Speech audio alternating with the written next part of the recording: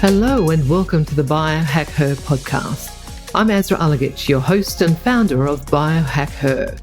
I'm an integrative nutrition health coach specialising in longevity for women, a health and wellness journalist, writer, corporate consultant, and a biohacking advocate.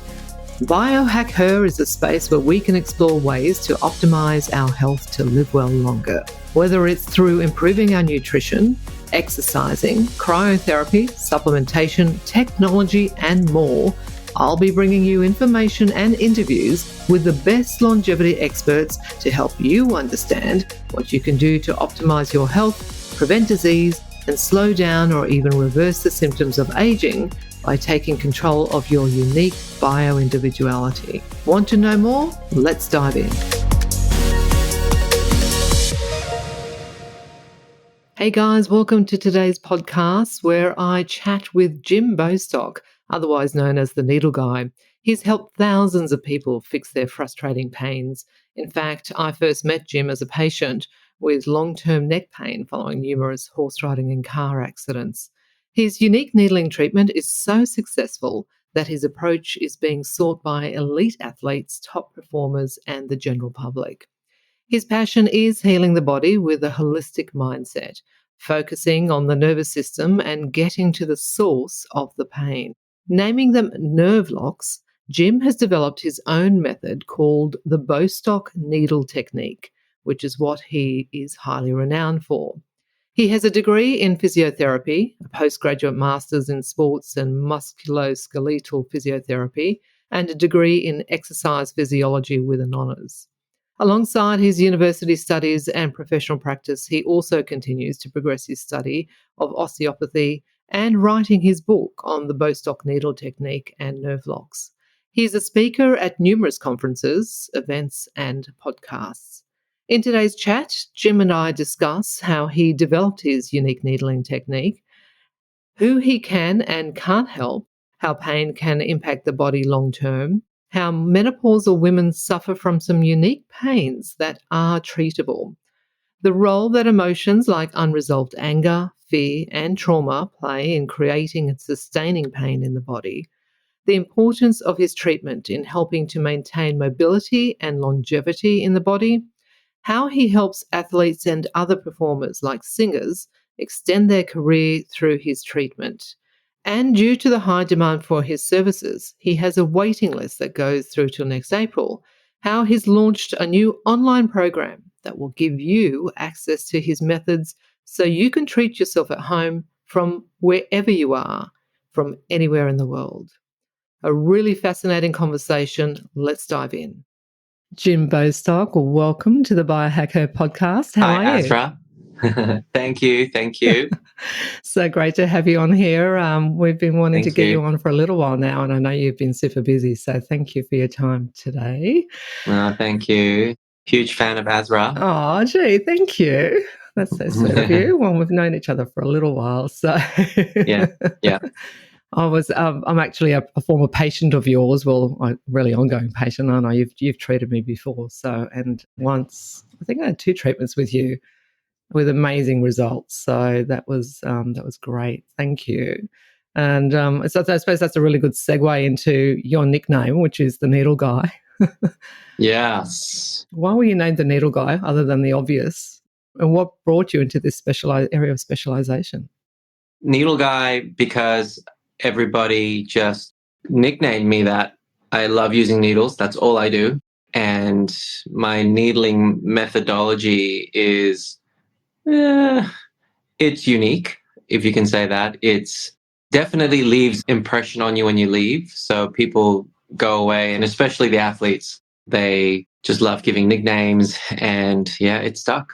It's been years and years and years. Oh, just see my needle guy. I need that needle guy. You're that needle guy. So that stuck. And yes, I developed a needling method. It began in 2006. I clearly remember the day I said to myself and my parents that I'm going to start this journey because I was very frustrated as a physiotherapist and a specialist as well. I became a sports physiotherapist and I was doing lots of hands-on therapies. I was using lots of modalities. like laser and shockwave and all various forms of manual therapy techniques I tried. I studied osteopathy as well. I love osteopathy as a gentle form of manual therapies. I tried myofascial massage, and yeah, I found that the needle had to be the way. And I trusted the process of what it did when it first came out in early 2000s here in Australia and possibly around the world as well. Chinese acupuncture history, thousands of years, which is amazing. And then it progressed to westernized acupuncture and then trigger point dry needling. So that was what really became a thing here in Australia for myofascial trigger points. I started studying that as well because I wanted to find the latest and greatest. And it was really, really wonderful. But it wasn't doing the job that I believed the human body was capable of and is still capable of. I trust the needle process, though. I felt that was right. That really felt right. It had to go to the nervous system. And if we could find a way to reboot it somehow, I felt that was the key. And we're trying with so many modalities. That's what we lean on because our hands-on therapies are lacking and still is lacking. So we're relying on lots of external modalities like shockwave or laser, and we keep reinventing the wheel there to try and get to the nervous system and somehow change it. But I felt if I could find a way to get a direct needle into the nervous system and reboot it somehow, this would be awesome and would really reshape the way a human body heals from pain. So I trusted that process and I went back to the anatomy labs on my own accord and I just started researching on my own. And every single person I met, I treated days and days, weekends, nights. I went ballistic. I was young, I was energetic, I was fueled by an ego that said I could do this. And I wanted to prove everybody who told me I couldn't do it wrong. And I just kept persisting and I found something. It was in 2008-9, I really found something. And was it a fluke? So I kept retesting it. And now it's officially a full-blown treatment method. Every single pain that you can imagine, except for the genital regions, I haven't gone there. But pain that refers there, yes, I've seen. And I have a point, a nerve lock, I call it, for that problem. And I designed a needle method that goes directly to it and Control Alt deletes. And it literally reboots the system because that's how we're truly designed as a computer system, really, a very, very impressive one. And it reboots it. And when it reboots, amazing things happen.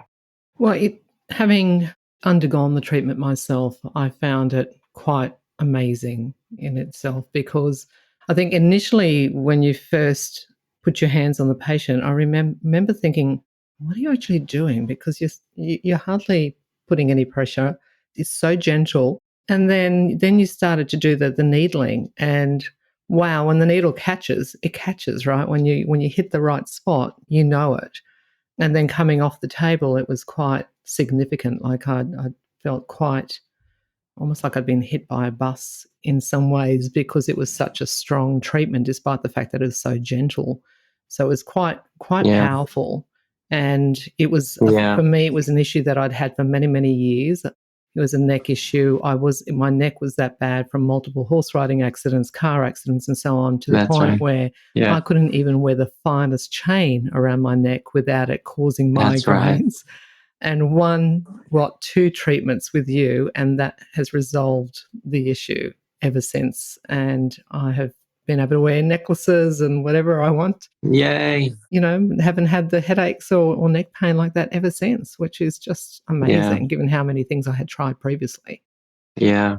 It wakes the nervous system back up. The reason why a human body goes into that kind of pain state in the first place is the nervous system is preserving and protecting you. It just locks down to preserve and protect. The medical system, I believe, fails to see past that or even see it in the first place. It's sort of a topic that goes wishy-washy, see you later. And I feel we should not ignore that. The nervous system is very, very intelligent. And I think we don't give it enough credit. So a lot of people like yourself who I meet, they live with pain and the only options are topical creams. So medications to really numb it, other modalities to just numb it. and kill it out for a little while. But the nervous system, again, just comes back with a vengeance. And that's what I see all the time. The treatment also is a treatment direction as well. It's a diagnostic tool that I use. So therefore, anybody who I can't help, my treatment does not work.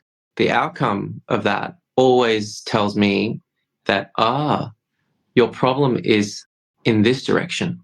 You have to do this. When nerve blocks, the protection mechanism is reset and removed. What truly is the problem? So that I discovered as well, which was amazing and fascinating. So therefore, I'm really confident today when I tell someone my needling method has not helped your pain improve, but it's because of this reason. And you have to go down this pathway to get better, because nerve blocks have told your nerve blocks being removed have given us the answer. Your body is telling us a story. It's quite remarkable how it works. Do you Yeah. find that the nerve system differentiates between male and females? Only based on the hormonal cycles of women. Otherwise, if we remove the female organs in the male organ system, that also refers pain. No. We're all the same. But the hormonal status of the body does impact how you feel the pain, how your brain and your nervous system interprets the pain. And we also don't talk about this enough. It's emotional as well as physical. All pain is. The longer you've had it, the emotional component is a stronger driver than the physical, if that makes sense. Makes total sense. You mentioned earlier that if your treatment isn't able to help a patient, that you are then able to redirect them down another path. Yes. Can you give us some examples of when that's happened and why it is that they have to go down another path? What is it is it an emotional block? Is it a trauma block? What is it? I can give you 3 examples. So the first one, the classic one, is the lumbar spine, your lower back disc. A lot of people are told your disc has slipped or your disc has ruptured or bulged and you're going to need surgery. The pain is this and you're going to need surgery. This petrifies people. So emotionally, already in a very fear-driven state. So that doesn't help because that increases stress hormones, and stress hormones increase your sensations of pain. Okay, and then what happens when I reset nerve locks in specific areas in your glutes and your back? It's unbelievable how nerve locks can also replicate the same pain, because they came on in the first place months or years ago to protect the area. Maybe you did injure your disc. Maybe you did, but it healed. It takes 6 weeks, for example, to heal. But your nervous system is still protecting you. Your nerve locks have not disappeared. They're still holding on, protecting the area. So therefore, the person still feels the pain. And that is why they're in a limbo land where the surgery is a very strong option, but they're fearful as well. So when I remove the nerve locks, their pain disappears, they're fully functional again, so they don't need surgery, or it does nothing, which means the structure is truly broken. You have to go down the surgical path to get this better, and I bet my house on it all the time. Surgeons in Brisbane, I always have a funny comment. They love it when I refer a patient because it makes them look great after surgery. It always works because the nerve blocks are gone. Another example, yes, is the emotional body. A young girl I met a while ago whose pain is tremendous throughout her lower back and her mid back. And she's been suffering for years. And she's in her early 20s. And I don't know why. She's medically cleared. There's no cancer. But I treated her. Her pain changed for a day and then it revamped up. And it was so bad for her. But the following session I saw her because I had to get her back in quickly. Her pain symptoms were very different. And the way her body felt was very different to the first body I felt. The nerve locks were not there. They were still gone. But something else did not feel right. Her body, we ultimately discovered, was emotional trauma pain. So her organ system, especially her uterus, was holding on to child sexual trauma pain she was guarding. And a mum was in here with her as well. And we all broke down together. And I referred her down a pathway to help her emotional body, because that was the reason actually that her pain was ignited in the first place. Something really triggered her off a few years ago, and it was a relationship incident. And her body just recognized, oh, I have to protect this body again. I'm in trauma. So it reignited her pain, or I always say it ignited a new pain. And that was protecting her. So that's another example. When nerve blocks are released, the true nature of the problem always reveals itself. Other one's the shoulder. In menopausal women, for example, the good old frozen shoulder, the capsulitis shoulder. A lot of women who I meet who hurt themselves or they've been with it for a long time, it's your autonomic nervous system in the body that is attacking your shoulder. Capsulitis, frozen shoulder. And when my nerve block resets it, it flushes it with blood flow, inflammation comes out of it, and the range of motion comes back faster. But the pain itself, it needs a few angles, not just my treatment, but it needs breath work. It needs cold, hot therapies. It needs pool work therapies. It needs gentle massage. It needs emotional counseling. It needs biohacking for the body, nutritionally. It needs all the factors because the nervous system is really attacking the shoulder in that time of a woman's body, because hormonally the estrogen levels are going haywire. And another very important factor here is stress. When the human body is going through a lot of stress in their lives, families, kids, husbands, relationships, careers, all that volume of load in the mind and the body stresses the nervous system, increases stress hormones, etc., in combination with the autonomic system says, hey, time to slow you down. And I'm going to do that. I'm going to attack some joints. So therefore, frozen shoulder is one of them. Frozen hip syndrome, arthritic pains, rheumatoid arthritis. Yes. Multiple sclerosis. Yes. All these very interesting autonomic diseases. Yes. There are a few examples. I hope that helped. Yeah, absolutely. I think it's interesting that it's, menopausal women, that it's specifically the shoulder, but also, the hips and so on. Can you shed any further light on why that's the case? Why the shoulder is such a common one in menopausal women? Shoulder and hips more so. So I'm creating a program, nearly finished, but I'm doing a program for all the women mainly, but men as well, but mainly women all around the world who are with hip pain. And menopausal time is a beautiful time to get this weird hip pain.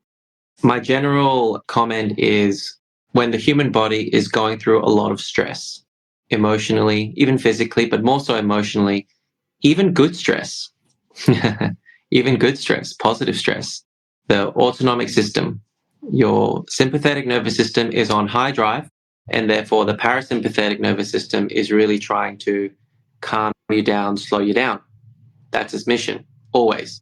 It's done subconsciously in the body. And when that happens, when that fight is going on, the nervous system, strange reason, seems to attack areas of the body. And the hip and the shoulder, very common as capsulitis and as the locked hip. Very interesting. And it happens commonly in menopausal time. Yeah, it is interesting. And I think, I'm a postmenopausal woman and know firsthand what a significant change that is to the body. And, Yeah. And it's not just at a hormonal level, as you said, it is an emotional process that you go through. For me, there was a certain degree of grieving, even because all of a sudden it happened, and you're like, that choice is essentially taken away from you. And not that I wanted to have any more children, but for some reason I grieved that change in my body. And so there was a mental adjustment that I had to go through in order to come to terms with that particular change in my body. And then, combine that with the physical changes in terms of, the night flashes and the hot flash, the night sweats rather, and the hot flashes that you experience, the mood swings and so on. That is such a huge change for a woman at that time in her life. Was the pain different at that time in our lives, I suppose, compared to when we're younger. Yes. I mean, during that time, generally, you have children, you have partners, you have jobs, you have issues, you have money problems, you have et cetera, et cetera. And social media, and there's these social media or media in general, so much going on in the brain, and that subconsciously drives your sympathetic system, right? And even high level exercise, high intensity exercise does it. Can you believe it? So a lot of women at this time, oh, my body, oh, my body, oh, my body, I've got to do everything. I've got to work harder at this. I've got to train like this, and I've got to eat like this. And how many dietary options do I have? And there's so many things out there, and authors giving people just this myriad of information. And any emotional expert will tell you that having more choices equals more uncertainty. And that more uncertainty equals stress. Therefore, yeah, your nervous system, its natural design, I tell this to everyone, is to always protect you. Always. Its job is to preserve you for the rest of your life so that you can keep living. It doesn't care about your lifestyle. It doesn't care about the fact that you feel that you're fat. It doesn't care about the fact that you have issues with not sleeping. It just wants to preserve you. Menopausal time is higher load intensity in every way, emotionally, physically, intellectually, with your ego as well. When you're a younger body, it's different. You don't have the same fears in your life. Two, you're just more resilient. Your body is more, whoo, I've been knocked down, I'm going to spring back up again. And your pain, more so in the sense how it changes. Let's say when I do a nerve lock release, in a younger body, the pain changes faster, improves faster. In an older body, especially through menopause, a little slower. So that's the main difference. Why is that? The level of pain you feel comes down to the individual, how you're made up, your character, your history, your trauma history, your emotional history, and what you've done to your body. I'm an athlete. I'm an ex-athlete. So I know pain. I'm an ex-ballet dancer. Pain is my best friend compared to those who are very sheltered, you want to say that, from pain, or haven't had children. I don't understand pain like at that level. Everyone's different, how much pain tolerance you have. So in that way, it can be different. But generally, amongst everyone, women, age difference is down to how fast you heal, how fast you get better. There's genetic components to this as well. Certain genetics are much better than others in terms of their healing response. Yeah. So many variables that contribute to initial presentation of the pain, and then B, to how you actually treat the pain. Yeah, absolutely. Look, I'm a biased opinion too, because the people I see are people who are not getting better. Yeah, for sure. There's so many of you out there who, hey, I heard this, I got a rub and a crack and a laser and a shockwave, and I feel fantastic. Great. That's awesome. I meet the people who try all that and yet still their body is suffering or getting worse, in fact. That's an interesting one. I have a massage and I'm feeling worse. And that's never happened before. I'm in menopause, and what is this? This has been with me for years. And that's the question that I try to answer. So I'm a biased opinion. I always see that side of the human body, but there are so many who get better as well. But being on this side has shown me that the nervous system is ridiculously powerful. And no matter how much we are up here in our mind, our ego, our intellect, how much we know and try to implement on the body from here, when your body wants to say stop, it will stop you. Do not care what kind of human being you are and how great you are in every way. If your body wants to stop you, it will stop you.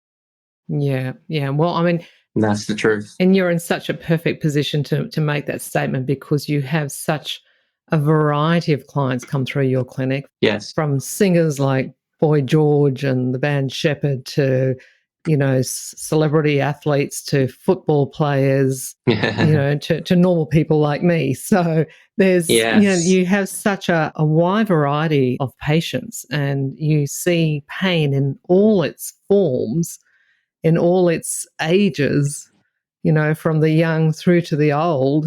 Yeah, money, what money does to people and their body, what fame does to people and their body, what entrepreneurship and careers and creating excellence in their specific field. yeah, what it does to the body. I always trust the body and what it says, and rather than what the person says from their mind. That's what I've learned over the years. The human body never lies. It always tells you the truth. It's we hide it with this, and we're very good at it. Yeah. We're very clever. So that's the biggest lesson. And I've learned a lot from people about life lessons because their body taught me the answers. It's been quite a interesting journey. Couldn't agree with you more. I think that that's probably one of my favorite takeaways from when I first started biohacking and learning, about health and Yeah, wellness, and as an integrative nutrition health coach, it's very much about listening to your body. The body absolutely yeah. does not lie. And, No, it doesn't. sure, the mind can play tricks on us, like you said, but if we stop and we actually listen. How many women do you know who says to you, I am trying so much. Why can't I do this? Why does my body not respond? A simple example is women who would love to have children, but their body is just resisting them. Mm-hmm. They're doing everything. They're spending so much money and stress and energy to have a child, and yet the body says, mm-mm. And yet they're fertile, their cycles are normal, their partner's sperm count is great, but no baby. How is that possible? What's going on? And Yeah. that's a classic example. Yeah. Yeah. Yeah, for sure. And yes, I know many, many women that have said Yeah. that to me, over the Yeah. years, where they're, Yeah. even like going through menopause, they have been doing X type of exercise, X type of treatment previously, and then Yeah. they get to menopause and it's not working anymore. And they get so frustrated, they get so Yeah. stressed, and they're like, oh my God, I've put on weight. I can't lose this gut fat. It's all around my hips. What can I do? Yeah. Nothing's working anymore. Yeah. But then it's all of the emotional, stuff that's going on as well, and the stress, as you've 100%. highlighted, that is contributing to all of that as well. If they just paused and stopped and Yeah. listened to it, then that would make a bit of a difference. Stress, that S word, it really, I always am curious why we were designed that way. Just by nature. Why does that stress really impact us so badly? Long term, anyway, long term. There's good stress, and stress is good, of course. It drives you as well and helps humans create amazing things and do amazing things as well. But It does. Well, fight or flight, we had to run away from the lions back in the day, right? So yeah, that's right. Yeah, stress is very good. It's very important. But yeah, I feel it's more what our ego has become, what our intellect has become because of these cool things in front of us today, and just so many authors, doing amazing research to share with you and help you progress and be awesome. I think it's all the information. It's wonderful, but I feel a lot of people do it too much. They over analyze their bodies, if that makes sense. yes, completely makes sense. And in doing so, yeah, their bodies are we follow the limbic brain, people. We follow the limbic brain, and that's to preserve and protect you and keep you alive and keep everything ticking over. If you keep putting more pressure on me, I'm just going to do this, that, and the other to make sure you slow down. And which is where it comes back to listening to your body. And this is one of the principles of biohacking, is that we are so bio-individual, and what works for me won't necessarily work for you, and vice Yeah, versa. And yes, there are wonderful things that we can do around health and wellness. There are wonderful technologies out there. There's lots of great supplements, there's lots of great treatments and so on. It doesn't mean that we yeah, have to do it all, right? But we have to do what's right for us.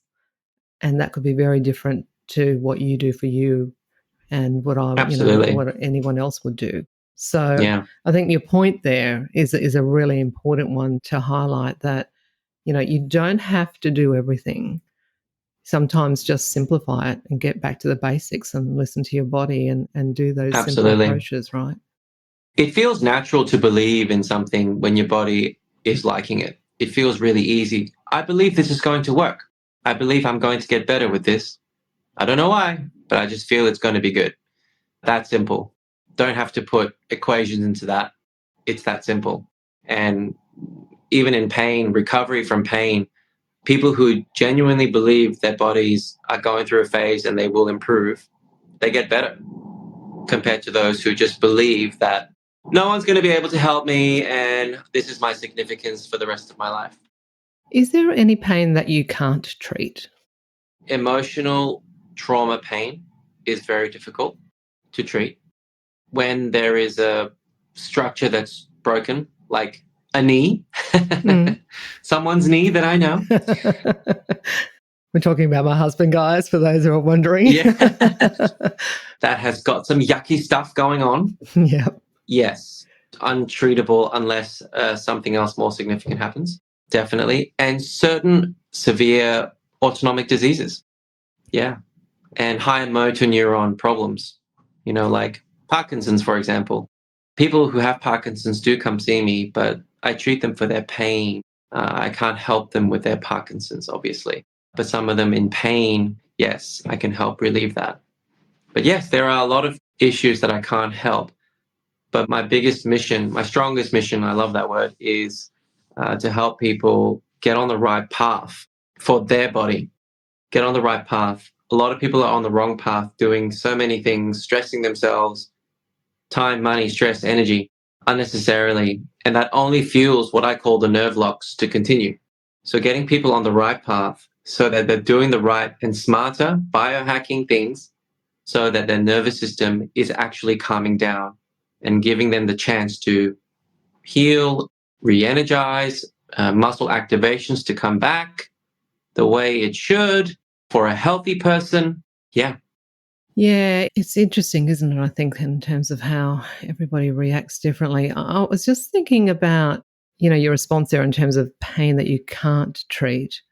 But I was wondering, why is it do you think that you have such better success at treating patients than other practitioners? Like, as I'm a case Oh, example where I went and saw so many yeah. different people, tried different therapies and so on, chiropractors, acupuncturists, everything. And I was not able to get my neck issue resolved until I was treated by you. Yeah. Why do you have such great success, do you think? Very simple again. It's the nerves. I found the nerve that causes that problem. And I've seen Asra's problems hundreds, thousands of times. So I know when I release these nervous system locks, nerve locks, that your body should do this. Perhaps it's the confidence that I give or the energy of that to the person that this is going to be good. I help the person understand their pain. That's another component that's really important. But I just think it's the nerve locks. It's that simple. When I hit it, this is what happens. And if it doesn't happen, you've got this problem. So I feel that's the success. I just found it. It was pot luck, but maybe I brought that luck because I kept searching. I couldn't handle someone saying, yeah, you're a nice guy. Your service is wonderful. Your treatment feels nice, but it always comes back. To me, that response, there's something very wrong with it. And the human body should not do that. Why are we designed this way? We shouldn't be. We should be designed in a way that we can reboot and heal again. So it was just luck through searching, and I found it. And I think that's the main reason. It's nerve blocks. There's no other answer. Yeah. And as I said, there's people that I can't help as well. Yeah. But my main mission is to help you find your answer so that you can at least definitely get better. No one should just stay in pain. That is a false statement. No one should stay in pain. You only do that if you want to do it. There are people, and there's hundreds that I've met who want to actually stay in pain. So many do, right? It's unbelievable. Some of them don't even know it, but they do because it gives them that sense of attention. It's unbelievable. Why do you want to stay in that debilitated form of you when you could be so much better? It's a question. And that's gosh, I think that's a whole nother pathway, in terms of, yes, I'm in pain and I've been in chronic pain for years, but I choose to stay like this because it gives me the attention that I desire to validate me in some shape or form. Yes. And is that the ego talking, as you mentioned before? Yeah. Yeah. Our egos are very strong players in your pain. as well. And that's why pain is such a difficult area for the medical body, because I believe medical papers and journals cannot justify true pain. You can study it, you can show its physiology, you can show that it's something to do with stress and there's psychological or psychosomatic components to pain, but you'll never truly understand it because every human body has a different history. Your history developed your ego. So the way your body processes pain is so different to me and Ted, John, and Sally. Yeah. But what I found with nerve locks is when I reset it, it gives us the answers. And yeah, back to your old question, it's the nerve locks. That's it. That's the difference and why people come see me and the results they get. Just so that we're really clear for our listeners on what your technique is, can you explain how it differentiates from acupuncture? Acupuncture? Yeah. There's dry needling for trigger points as well. Yeah. Yeah. So acupuncture is the Chinese heritage, tradition, meridian energy points, chi points. Love it. And there's westernized acupuncture, which is for trigger points. So Travell and Simons in the 1960s and 70s came up with myofascial trigger points. That's what they found. And genius, amazing. They are awful things in the body, in the muscle system. So there's that needling. So people try to needle that using acupuncture style needling. Then I found nerve locks. As I mentioned, I searched other areas in the body that I felt, and I dedicate my hand sensitivity to my mom and osteopathy. Osteopathic techniques really taught me how to feel. So I searched other areas and I found other things that did not make sense and were not taught in the medical textbooks for trigger points, to the literature. The anatomy textbooks had nothing on it. So I just trusted the anatomy. I trusted the nervous system, the blood vessel system, the lymphatic system, the organ system. And I felt these other points and I jotted them down. I just kept note and I changed the needle lengths and thicknesses depending on the area of the body and the pain, the problem. And I experimented. What is that? Let me see if I can hit that. So think about a big piece of chuck steak and you've got 10 seeds of rice all throughout it. 5 of them's gone dark in 4D. Needle goes in and literally I have to hit each 5 rice seedlings on the nose.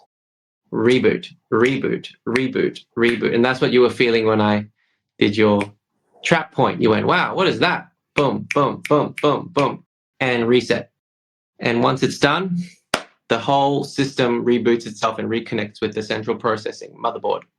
And that's simply what nerve locks are. And once I'm done, it's done. The body then tells us the answers. Yeah, thank you for clarifying that, because I just wanted to make sure that our listeners knew what the points of difference were, because not everyone would understand the nerve lock necessarily. It's a term I came up with on my own, yeah, because people just kept saying, my body is locked. I don't know what's going on. I feel my nerves are really angry and I've got nervy symptoms and it's just locked. So I called it nerve locks and it stuck. Yeah, yeah. When I posted about having a chat with you and I put a post up on social media, I invited questions from some of my followers. And so I just wanted to make sure I get those in, because people are wanting to know whether your treatment can help these types of pain, which I think you've answered already, but I just want to double check. So hip bursitis, we had a couple of questions come through about that. How would you treat that? Yeah, so I'm actually doing a program online coming very soon. Yes, very exciting. So people, if you jump on my social media, you'll see that it's coming. And I'm doing this for all the people around the world who are unable to see myself or who are waiting a very long time to see and get my needle treatment for nerve locks. But there are ways that you can manage yourselves in your day-to-day and actually improve your pain as well. Because the nerve lock, there's a theory behind it. Research that I've done, and I've got all the data from the 20 years of research. So that information is coming in the program. It's a platform. I'll have the hip glute pain, and that's hip bursitis as well. So that's in there. The hip bursitis, how I would treat that is there are nerve locks in your glute muscles, your gluteal muscles that connect directly onto the bone where your hip bursitis sits or your hip bursa sits. And the reason why you have hip bursitis, if it's a true one, again, it could just be nerve locks. If it's a true hip bursitis, it happens because your muscle tendons are so tight that it's rubbing intensely on the bursa that sits on top of the bone. And it creates a blister, inflammation, and that equals itis, hip bursitis. I unlock the glute muscle component to deload pressure on the hip bursitis or the hip bursa. And in doing so, your pain itself, if you truly have a hip bursitis and it's red, raw, and inflamed, you will need a cortisone injection into that bursa to calm it down also. The combination of the two, voila. Excellent. Thank you for explaining that. Sounds very painful. I hope I never get it. You won't believe, the volume of people with hip Really? pain, glute pain. Oh my goodness. Wait, Bursitis pain. That's been years. And you can't have hip bursitis for years, everyone. Hint, hint. You can't have hip bursitis that lasts years. That's glute nerve blocks. Hip bursitis is inflammation, and inflammation should heal. such an important point. You're right. Inflammation should heal. Yes. Gluteal Yeah. Even with amazing tendinopathy. biohacking nutrition, it should heal. Gluteal tendinopathy. Same answer. Same answer? Tendinopathy in the glute is the same answer. Basically, it's a fancy name of your glute tendon saying, I've been stressed for too long. I'm so tight. And hint, hint again, nerve locks are sitting in the glutes. That's why your tendon is so tight. And over time, having repetitive strain, some inflammation on and off, it becomes hardened. And that's called a tendinopathy. It's like you know how you develop a callus on your hand from lifting or hitting things like I do with my tennis? Yep. Imagine that on your gluteal tendon. And that's called a tendinopathy. There is a tendinitis as well, the itis word, which means inflammation. If you have constant hip tendinitis, inflammation, it leads to a tendinopathy. It hardens into a tendinopathy as it heals. The different question is the pain. I have glute tendinopathy in my glutes, but I don't have pain. That's a very big point. Okay. Pain comes from, what is it? From my perspective, largely nerve locks. And that's why I'm doing this program for people around the world, because if you can manage your nerve locks really well, your pain can improve. So many people have hip bursitis for years. I had one the other day, 15 years. She has been living with hip bursitis, diagnosed many times. She's had 5 injections into her hip muscles. She's had 2 PRP injections. She had 2 epidurals into her lumbar spine, and still nothing, still living with the pain. So it doesn't make sense that she has a true hip bursitis because she's had so many anti-inflammatory medications put in her, it didn't work. Her main problem is the nerve locks that sit in the gluteal muscles, causing all the problems. And yet we in the medical system will search for everything else. And I just wanted to say that with your program, new program that's coming out, that we will link to that in the show notes as well so that people can tap into that. Oh, amazing. Thank you. Relatively easily. So I'll get you to send me the details, Jim, and we'll make sure that we include that in the show notes. I want to tap into longevity in the body and the importance of the work that you do in helping to maintain longevity, right? Because what's longevity? It's about making sure, one of the aspects is about making sure that we can maintain our mobility for as long as we possibly can. Amen, sister. Yeah, right. So what are your thoughts on the work that you do and how this contributes to maintaining longevity in the body? I mean, it's just, there are so many people as they get older, they just tend to give up, I've got a knee pain and I'm just going to live with it for years. Or, I've got, the hip issues a lot, as you said, with women, or the frozen shoulder, and they just keep tolerating and putting up with it. And I think that that's just part of getting older. But it doesn't mean we have to keep living with it, right? No, absolutely no. again, we mentioned about whether you really want to live with pain as well. But if you don't, yes, no, absolutely no. You don't have to live with that. Let's use a professional athlete as an example. I'm doing some cool stuff with Australian athletes here regarding the older players who wish to go longer, who wish to play longer. And we can put that in a 50-year-old's body, a 60-year-old's body. I'm 40, in my mid 40s. I would love to be physically awesome at 60, 70. You're the same. Hence, we're in the biohacking space. Yeah. And pain is a very strong driver into the negative states, physically, mentally, emotionally. So, yes, eliminating pain helps you in every way to grow longevity in your body because you're motivated, because your body is thriving. Whatever you're doing, your body is following, but pain can stop you. No matter how fit and healthy you are. So let's use the example of the athletes again. Some of the athletes, Dane Zorko is a classic one. He's like we were on Channel 7 together. And so he had so much pain for so many years that he felt his body was on the decline. And he's one of the oldest players in the AFL today. And he felt, oh, well, I have to give up soon. I can't perform like this. I can't keep living with this pain. And yet I'm doing all the best I can with the best medical system and my exercises and so on and rehab. So when I do the nerve locks on him, all his pains disappears. His muscle length tensions improve. Joint mobility changes for the better.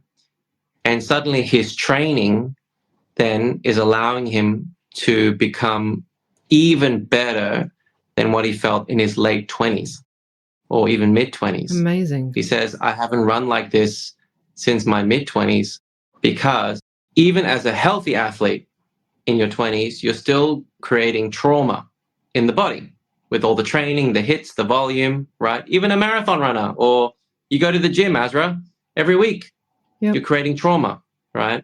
So when I do the nerve lock release, imagine all that trauma that's caused muscle tightness, tendinopathies, tendinitis, any type of itis. Oh, you strain something, it heals, great, you keep going, but nerve locks come in place to try and preserve and protect. So Dane Zorko had nerve locks everywhere to preserve and protect. And as soon as the nerve lock disappears, the muscle length tensions come back to homeostasis, the tendons feel great, the nervous system's rebooted, and now the training is allowing you to grow stronger, more flexible, faster, and your nutrition you're putting in is actually working. You see where we're going? So, yes, from my angle, obviously, I'm biased. Nerve blocks help that person thrive because your pain's gone, number one. So that major depressor is gone. Suddenly you have a body that's full of confidence in every way. And then you're doing a training. And when you're training, oh my gosh, your body actually follows. It doesn't. You're not only Slow you down. maintaining longevity in the body, but you're also extending people's careers by being able to treat them in this way and helping them. Yeah, I would love to get him playing another 3 more years, and that's ludicrous in the AFL. But imagine him playing better still as the years go, because it's the training and it's what he does to his body outside of football as well. And I think my point is when the body gets reset, from my perspective, the body allows you to keep growing. So muscles keep progressing. Your flexibility training allows you to become more flexible and so on. But the most important thing is you feel so good mentally, emotionally, that you believe in your body again. The confidence is back. And that is the most powerful, in my opinion. Yeah. Yes. That mind-body connection. I'm going to biohack this because I know I feel good and I'm thriving and so on. So yeah, that part is huge. And that's what the athletes say. You give me so much confidence. I have so much confidence. I'm not scared with my body anymore. And that's the number one driver to retirement. I'm scared. I'm fearful that I can't perform. I won't give the fans. Sponsors will run away. Yeah, it's the fear. So imagine the fear is gone. That's what I love doing. Yes. So from that perspective, longevity is beautiful. Yeah, but I always tell people for longevity, from the physical body's perspective and your hormonal body, always do the following. Okay, cool. Stretch. You must stretch. Yoga. Not so much Pilates, but some aspects of Pilates, but definitely that stretchy yoga. Stretch everything every day. Don't neglect stretching. Even for those of you who feel, oh, I'm not really a stretching body. I've been tight as a brick all my life. Stretch. And I highly recommend you begin in your 40s. Stretch, stretch, stretch. Get in water every day. Get underwater in pools, baths, magnesium, hot, cold, ocean. Get underwater as often as you can and stretch underwater. The food you put into your body must agree with your genetics. So important. Have plenty of intimacy with relationship. You must keep driving your sex hormones. And a hint for women in menopausal or let's say premenopausal times, the more intimacy and sex hormones you drive, your menopausal time is much nicer, is what I've seen over the years. Have, what's the other one? Oh, so stretching, get in water, lots of intimacy, relationship, health, very important. Food, yes. Big one. Yeah, a lot and lots of sleep. And that's a funny one. Oh, Jim, I have children, I have this, I have a job, blah, blah, blah, blah, blah. Yes, so you have to obviously manage your life in a way that your sleep, if you're really prioritizing longevity in your life, sleep is key. It's the best form of recovery, like hands down. Yeah. Sleep is very, very important. Completely agree. So yes, I love those ones as a quick few points. Awesome tips. And yeah, for me, sleep is a huge one. And I'm one of those mums you were just referring to, having had three kids. I think I just trained my body to be on all the time so that I'd wake up if they ever woke up during the night. And I haven't untrained my body until recently to not do that anymore. I've always been such a light sleeper. So I wanted to say one more point, but it's a tricky one, definitely a tricky one. But stress hormones. Yeah. A lot of mums at our age, my age especially, with younger children, it's hard to not have stress hormones running through your body. But if you can find cool biohacking ways in your day-to-day habitual task mindset, if you can find ways to reduce the volume of adrenaline and cortisol running through you, would be really good for longevity as well. Stress is a big player on everything we talked about. When your body is more stressed because of these hormones in abundance, so remember, they're still good for you, but in abundance and prolonged, not so good. It affects everything. Your gut, the way you absorb stuff, the way you eat, the way you recover, the way you sleep. You don't want to have sex. The way you train and how you recover from that training, or how you adapt with that training. Even nerve blocks. When someone is highly stressed, for example, a lady a few weeks ago who was going through an awful divorce, and she has 3 children under the age of 12, so much stress in her life. She is not sleeping. Her food has gone out the door. Her body weight is just awful for her, miserable, and not sleeping, of course. Nerve block treatment, I have to let her know. You're going to be slower. And, if you're resorting to antidepressants or anti-anxiety medications, or slower still. So the stress hormone is a big longevity killer. Sure is. Yeah. But we do have it and we can't live without it. No, but you have to juggle. Yeah. Yeah, exactly. Yes, we do need it, but long-term chronic stress is not good for the body, as you've highlighted. So, what are the tips that you would offer to listeners in terms of dealing with stress hormone? What do you think, like meditation, breathing? I know your brother Richie is very much into breath work. Wow, breath work is beautiful. Breath work. Yeah. Because stress will hit you from every angle, unexpectedly as well. The worst ones, the unexpected phone call, the worst one. And breath work, from my observations over the years, is the most effective way of your body dealing with stress. We are trained or indoctrinated to believe that we can deal with stress, we can cope, we're tough, eat some concrete, all that, which is great. It definitely helps us, keeps us, but body, when it comes along, longevity, because that's what we're talking about. Body, the body doesn't care about that. The body is, I'm suffering, I'm struggling. I will keep you upright for the time it's needed. But you remember, or you know how people go, go, go, go, go, go, go. And then, oh, the drama's over. Oh, I can have a rest now. I can recover and I can recuperate, and I get cancer.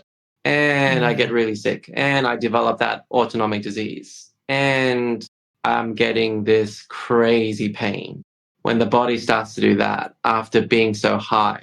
So it's the big yo-yos in stress levels and hormones, the big yo-yos, right? Again, for longevity, not so good. Not so good.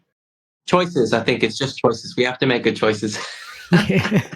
But you know what humans are like. We don't make good Was choices. that the question? I think it was breath work.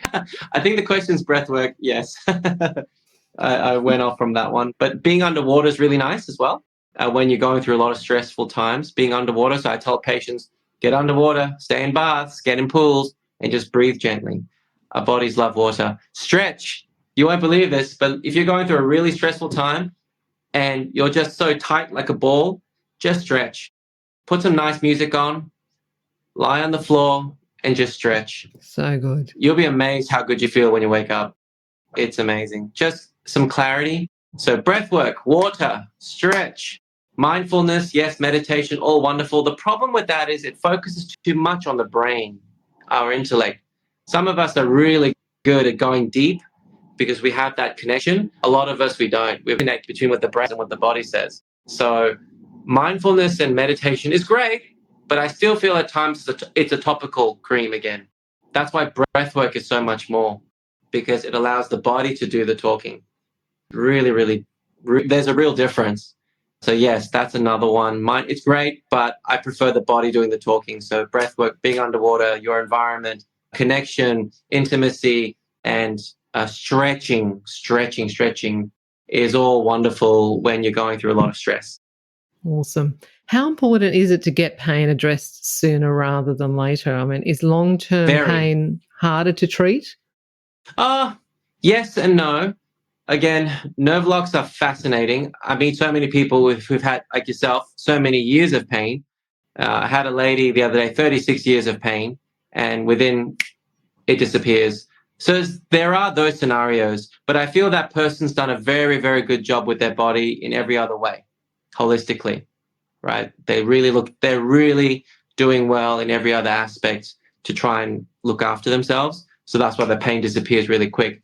But if you've had a lot of pain for a long time and you have not been managing your body well because of it, example, you're taking too many medications of all types, your drugs, you're leading towards nasty things for your gut, too much alcohol, well, stressful behaviors, even high intensity exercise, it makes it harder because your habits are allowing your pain to progress. And that's what it's been doing for a long time. So yes, long-term pain, ideally no. Pain is a bad thing. Long-term, it drives you to doing habits that are not good for longevity. So true.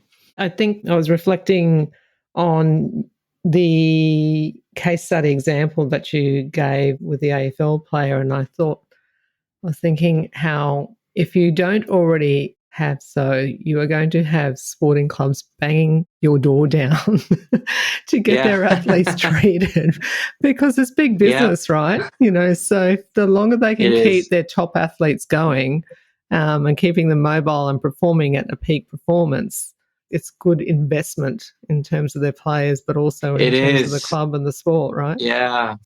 And it's 100,000-fold more than in America. Oh my goodness. Yeah. All right. I've got one more question for you before I let you go. What does living well longer mean to you? What does living well longer? It means that I can spend time doing and living things that create joy, love, connection, energy.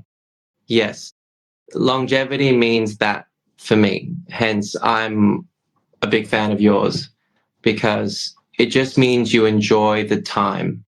you have more time to enjoy. Yeah. Beautiful. And I love how you really paused to think about your response to that, and it was very considered. So thank you Yeah. for that, because I felt that was really heartfelt. Yeah, it's a very important question. I'm a big fan of yours too, Jim. And look, thank you so much for coming on the podcast. And I know that Wonderful. everyone is going to get so much benefit out of listening to your wise words tonight. And no doubt they'll be banging on your door to get treatment as well, or they'll be signing up for your new program, which again, we will let people know about that and how they can get access to that. Yeah. If you can't get in to see Jim, then you will be able to learn from him at the very least to be able to help manage your pain. Yes. Thank you, Azra. Thanks. Lovely, lovely talking to you. Likewise. Thanks, Jim. Well, that's a wrap for today's podcast. Thank you for tuning in. And if you'd like to learn more about biohacking, go ahead and sign up on my website at www.biohack-her.com to get a free copy of my 5 top biohacks to get you kick-started. While you're there, you can also check out my blog page for more tips on biohacking. If you'd like to subscribe to this podcast, you can do so on Apple, Spotify, and Google Play. Let us know if there's anyone you'd like us to talk to in particular, and we'll endeavour to get them on the podcast. Until next time, remember to live well longer.